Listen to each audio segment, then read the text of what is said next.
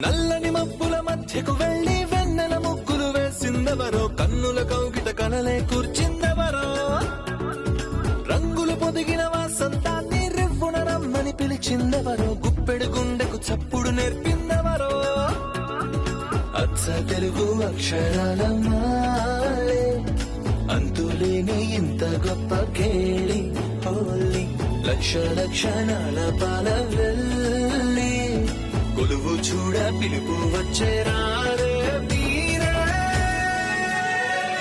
నింగికి నేలకు మధ్యన జరిగే వైభోగాన్ని చూతము రండి, సిరితో శ్రీహరి అడుగులు కూడా వేళ, ఈ కళ్యాణపు వైభోగానికి కొత్తగా పేరేం పెడదామండి, ముల్లోకాలకు కబురే పెట్టండర్రా.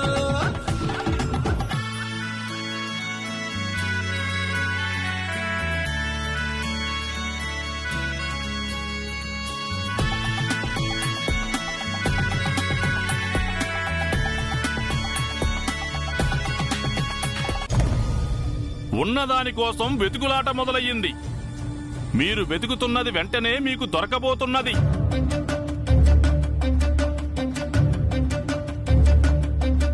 మీ అదృష్టం మళ్లీ మిమ్మల్ని చేరబోతోంది. వెలుగు చుక్క ఈ ఇంటిని ఏలుకోబోతున్నది.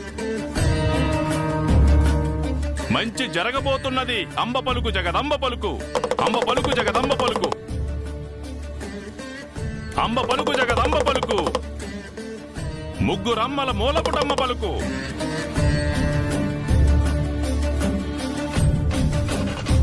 జేజీ, పిన్ని, అతను చెప్పింది విన్నారా? మంగ మళ్ళీ ఇంట్లో అడుగు పెట్టబోతుందని ఇండైరెక్ట్ గా చెప్తున్నాడు. మనం పడ్డ కష్టం, మనం చూస్తున్న ఎదురుచూపులు, మనం పెట్టుకున్న ఆశలు అన్నిటి గురించి చెప్తున్నాడు. అవును జై, ఉన్నదున్నట్టు కళ్ళ కట్టినట్టు చెప్పాడు. అసలు ఎవరతను? ఇంట్లోకి పిలిచి మాట్లాడదాం. అతను ఇందాకే వెళ్ళిపోయాడు జై.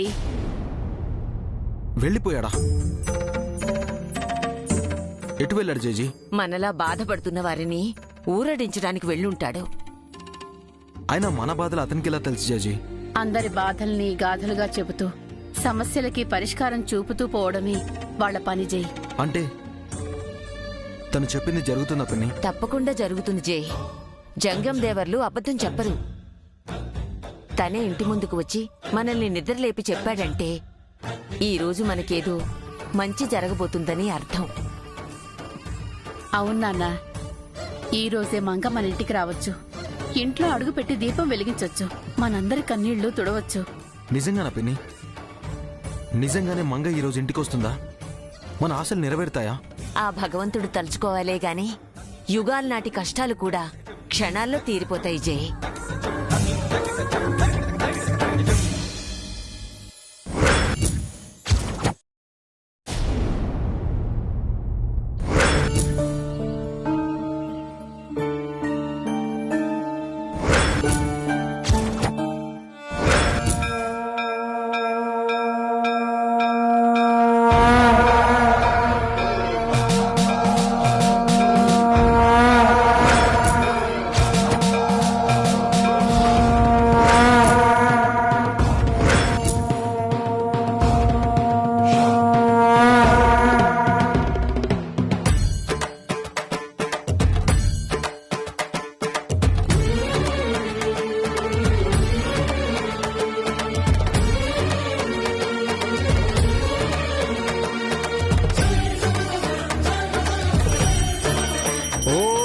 శివాయ.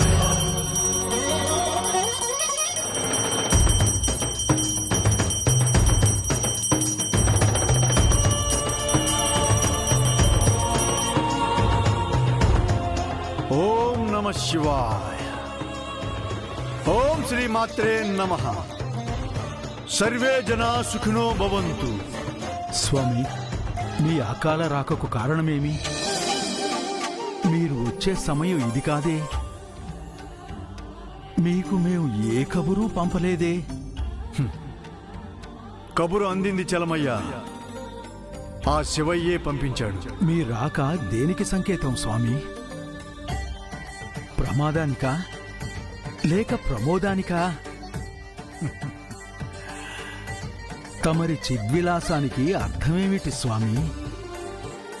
ఈసారి శివయ్య నన్ను పిలిపించింది కళ్యాణానికే చలమయ్యా. కళ్యాణమా? అవును, కమనీయమైన కళ్యాణ వైభోగం. ఎవరిది స్వామి? ఇంకెవరు, మేము, మీరు అందరూ ఎంతగానో ఎదురు చూస్తున్న ఆ జంట ఈ రోజు కలవబోతోంది. మీరు చెబుతున్నది ఆ సూర్యదేవరి ఇంటి జంట గురించేనా స్వామి? అవును, 8 సంవత్సరాలుగా దూరంగా ఉన్న ఆ జంట నేడు కలవబోతోంది చలమయ్య. ఎంత చల్లని వార్త చెప్పారు స్వామి. ఇది నిజంగా అందరికీ శుభవార్త. ధ్యానంలో ఉన్న మాకు వారు కలవడం లీలామాత్రంగా గోచరించింది. శివయ్య నన్ను ఇక్కడికి రమ్మని పిలిచినట్టు అనిపించింది. ఇక్కడే ఈరోజే వారు కలుసుకోబోతున్నారు. దాన్ని కళ్ళారా చూడాలని వచ్చాను. రాగద్వేషాలకు అతీతంగా మానవ సంబంధాలను, అనుబంధాలను దాటి మోక్ష మార్గం వైపు పయనిస్తున్న మీ అడుగులు ఇటుగా పడ్డాయంటే ఆ జంట ఎంత పుణ్యం చేసుకుందో స్వామి. వారి జన్మ ధన్యమైంది. సృష్టికి మూలం ప్రేమ చలమయ్య. అదే ఈ ప్రపంచాన్ని నడిపిస్తుంది. ఆ ప్రేమకు ప్రతిరూపాలైన ఆ ప్రేమమూర్తులను చూడటం దైవ సాక్షాత్కారం లాంటిదే. ఏడాదికోసారి జరిగే శ్రీవారి కళ్యాణం, శివపార్వతుల కళ్యాణం, సీతారాముల కళ్యాణం ఎంత గొప్పవో ఈ జంట కలవడం కూడా అంతే గొప్పది. అందరూ ఇక్కడికే రాబోతున్నారు. ఆ జంట కూడా వస్తుంది. తనివి తీరా చూద్దాం. ఆ జగన్నాటకం మొదలు కాబోతోంది.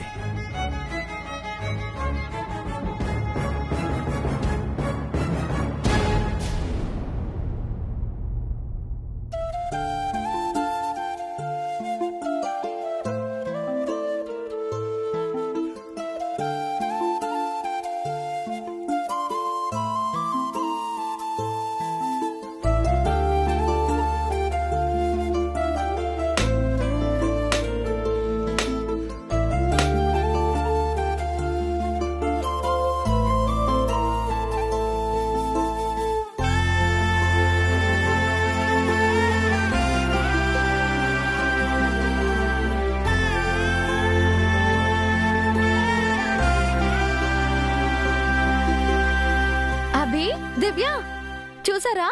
కొబ్బరికాయలో పువ్వొచ్చింది.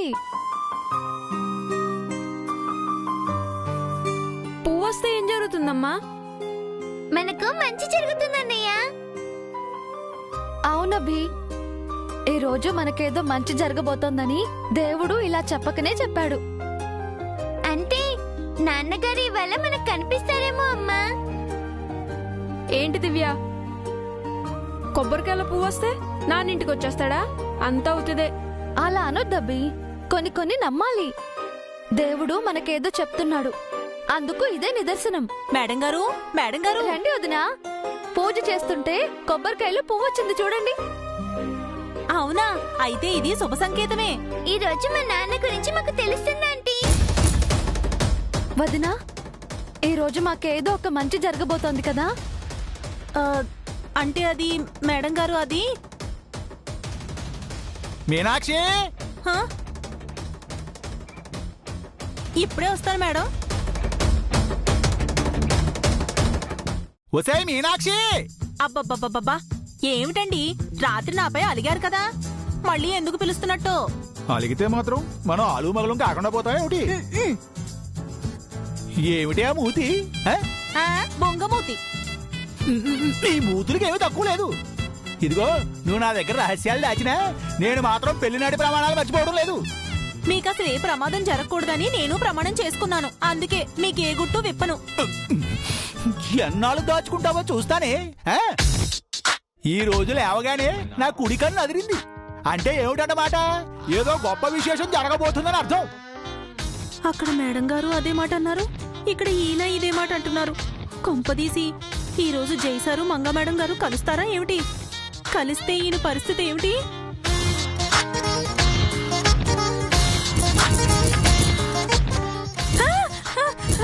థు, థు, థు. ఏమిటే ఉలికిపాటు?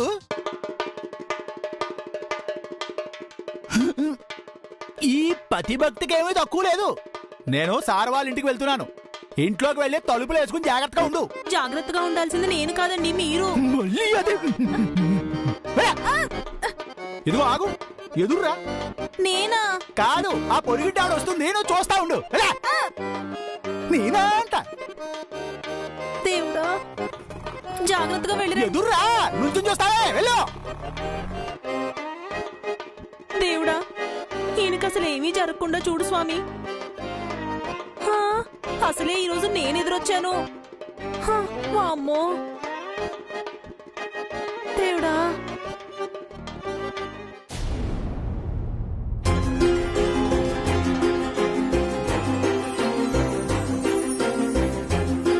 స్వామి, ఈ రోజు మా నాన్న కనిపించాలి. మంచి జరగడం నిజమైతే మా అమ్మకి మంచి జరగాలి. స్వామి, నా పిల్లలకి మంచి జరిగే విషయం ఏదైనా సరే దానికి దారి చూపించు. ఒక మంచి వార్త నా చెవిన పడేలా చెయ్యి. అది ఆయన గురించి అయితే ఇంకా మంచిది.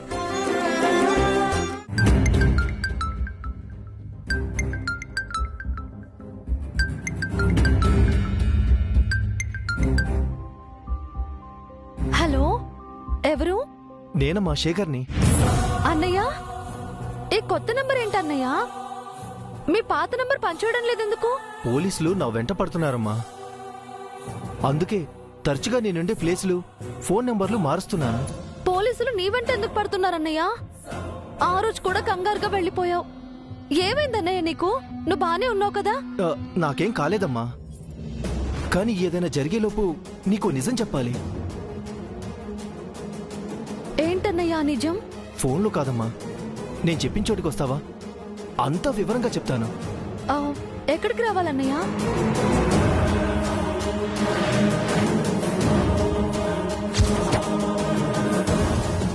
త్వరగా వచ్చేయమ్మా. ఈ విషయం ఎవరికి చెప్పొద్దు. నువ్వు ఒక్కదానివేరా? అలాగే అన్నయ్య, ఇప్పుడే బయలుదేరతాను. కంగారు పడకుండా రామ్మా. నేను చెప్పబోయేది మంచి విషయమే. నీ కుటుంబం గురించి, నీ భర్త గురించి చెప్తాను.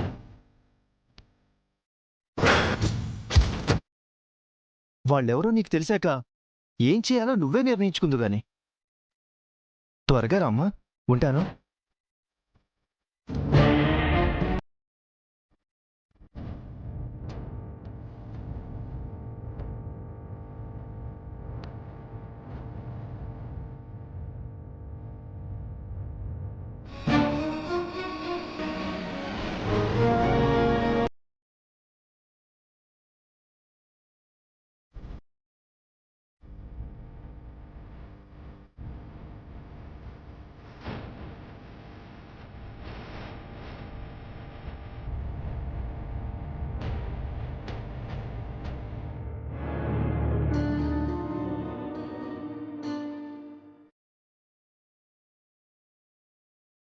ఏమైందమ్మా? ఫోన్ చేసింది శేఖర్ మావయ్య? అవునబి, నేను మావయ్యని కలవడానికి వెళ్తున్నాను. ఈ విషయం ఎవరికి చెప్పకండి. మేం కూడా వస్తామమ్మా, మామయ్యని చూడాలనుంది. వద్దు దివ్య, మీరు జాగ్రత్తగా ఇంట్లోనే ఉండండి. నేను త్వరగా వెళ్ళొచ్చేస్తాను, సరేనా?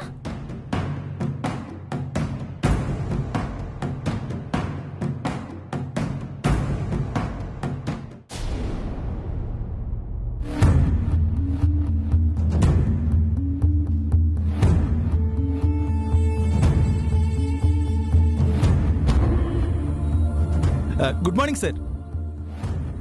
నీ బోర్డు గుడ్ మార్నింగ్ ఎవరికి కావాలి చారి? ఏమిటి సార్ ప్రొద్దున్నే కోపంగా ఉన్నారు? నైట్ ఏం జరిగిందో చెప్పు. ఏం జరగలేదు సార్. అదేంటి చారి, మీ ఆవిడతో నిజం చెప్పిస్తానని వెళ్ళావు కదా? వెళ్ళాను సార్.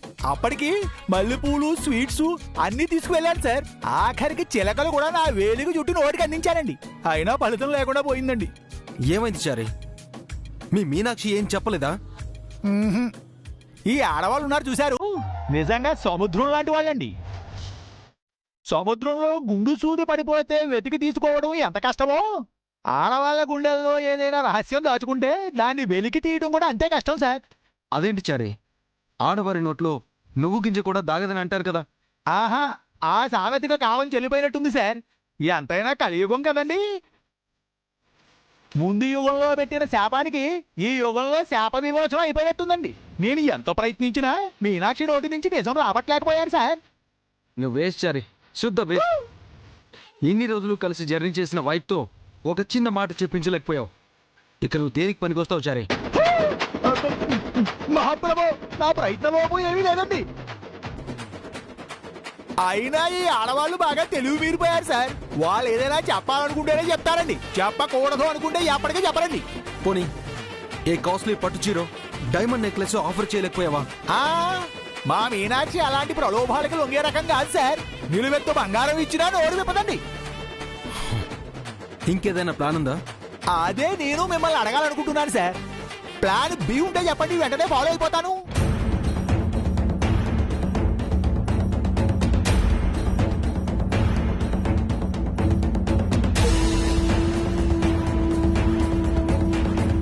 అల్లుడు జై,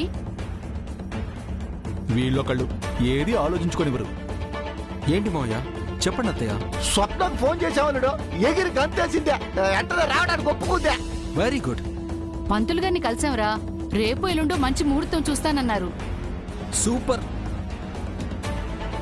ఇక ఫంక్షన్ హాల్ బుక్ చేయటం, క్యాటరింగ్ వాళ్ళకి ఆర్డర్ ఇవ్వటం, వెడ్డింగ్ కార్డు ప్రింట్ చేయటం, డీజేకి చెప్పడం, ఇవన్నీ ఈ రోజే చేస్తాం. మీరేం చేస్తారో నాకు తెలియదు మోయ. ఈ పెళ్లి ధూమ్ధామ్గా జరిగిపోవాలంతే.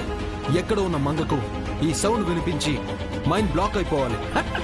ఆల్రెడీ మైండ్ బ్లాక్ అయింది. సిమ్ కార్డ్ ఎక్స్పైర్ అయిందే.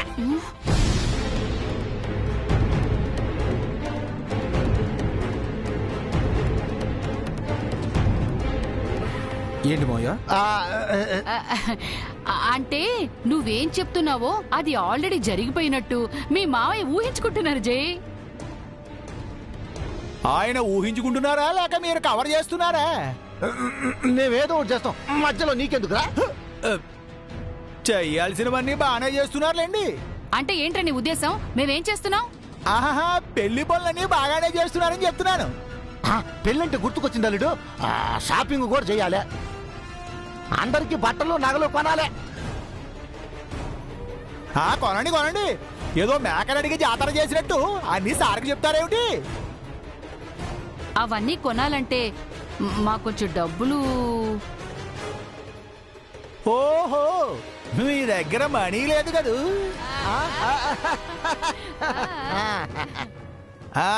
అర్థమవుతుందండి.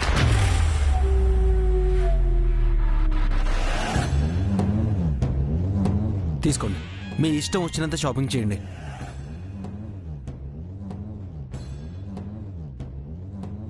అదేమిటి సార్ అలా క్రెడిట్ కార్డు ఇస్తున్నారేమిటి? వాళ్ళు గీకడం తప్ప ఆపడం ఉండదండి.